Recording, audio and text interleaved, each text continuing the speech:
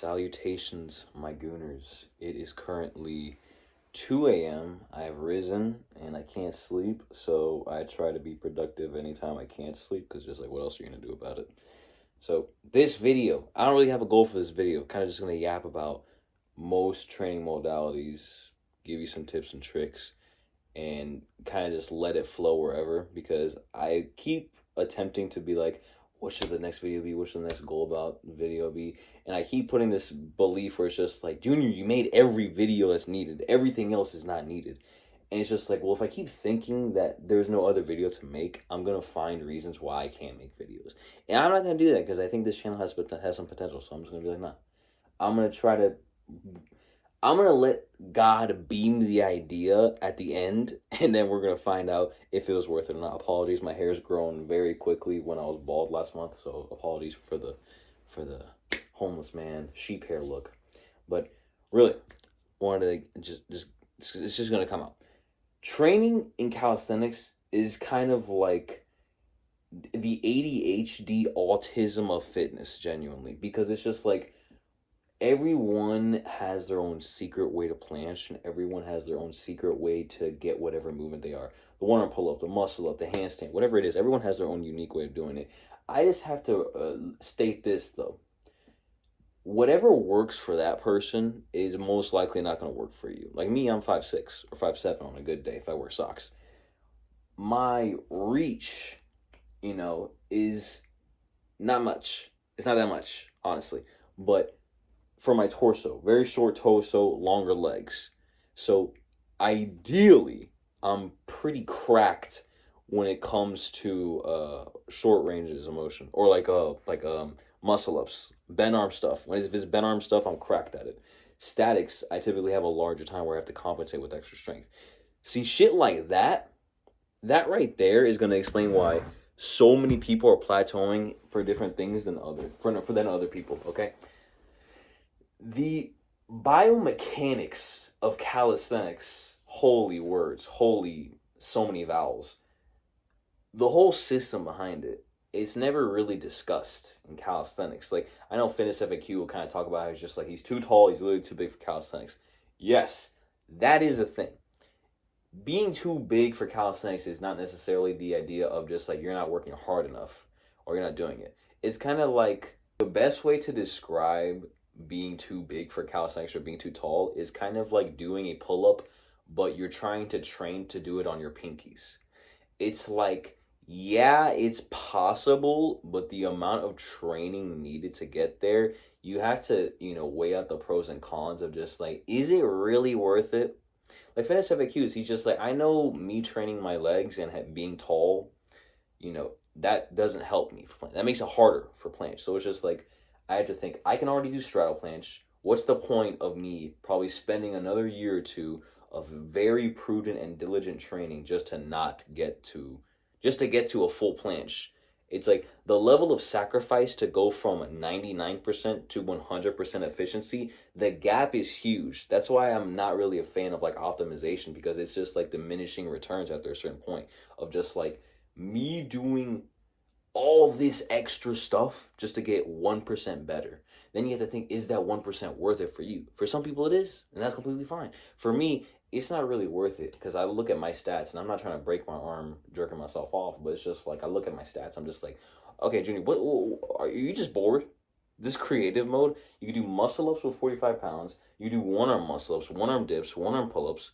I mean, what the fuck else you want? You do 110 push ups straight. You could do friggin' 30 pull-ups straight. What do you want? And it's just like, what if I want 35 pull-ups? And then I think to myself, where in my life would I need 35 pull-up strength? Like 30 plus pull-up strength is like genuinely like 1% of the world can do it.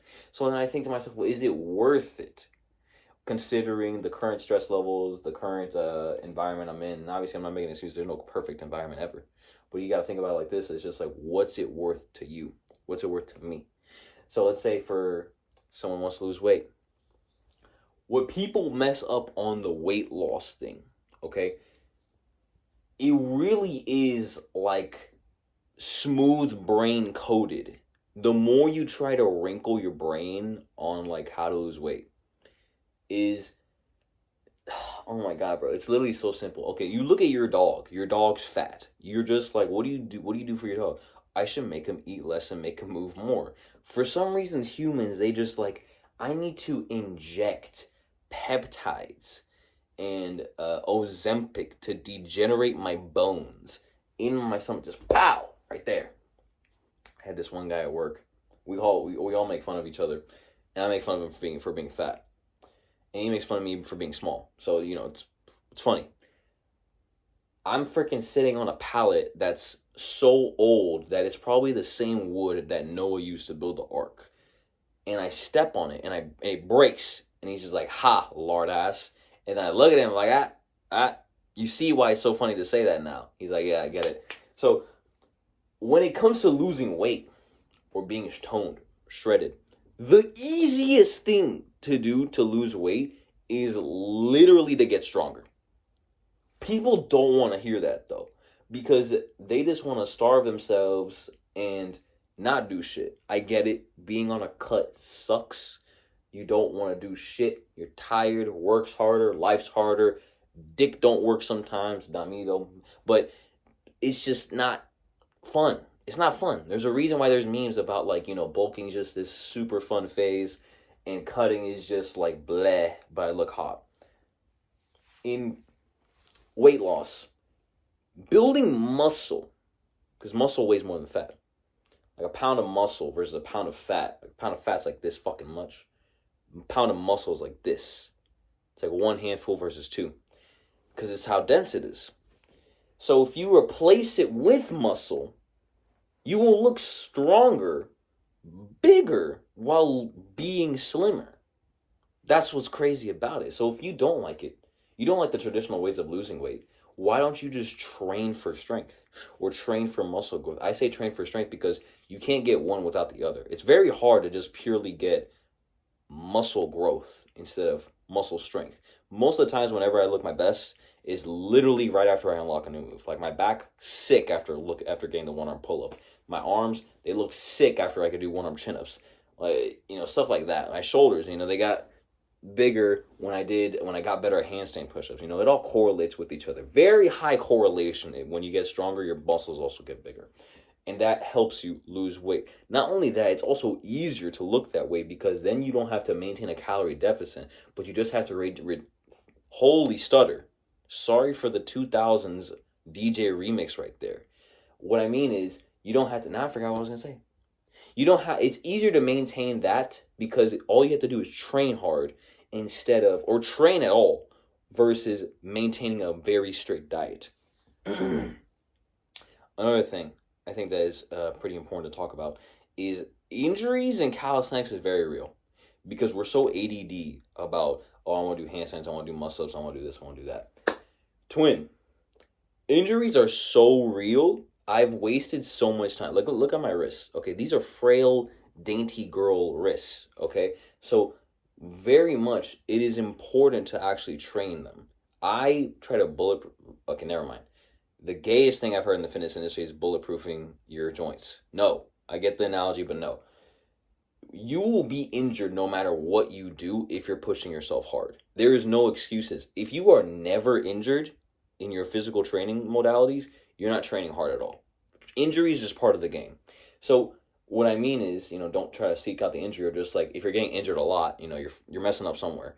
But if you're getting injured, it's normal. But here's how you can minimize that. I made a video about how I train, how I say injury-free. There's no such thing as injury-free, by the way.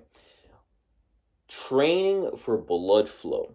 I do this gymnastic warm-up where I use a lot of band work. It's really just a lot of joint, shoulder stuff and just a lot of just pumping the blood everywhere. Mainly focus on the elbows, especially the wrists. The handstand is a wrist destroyer.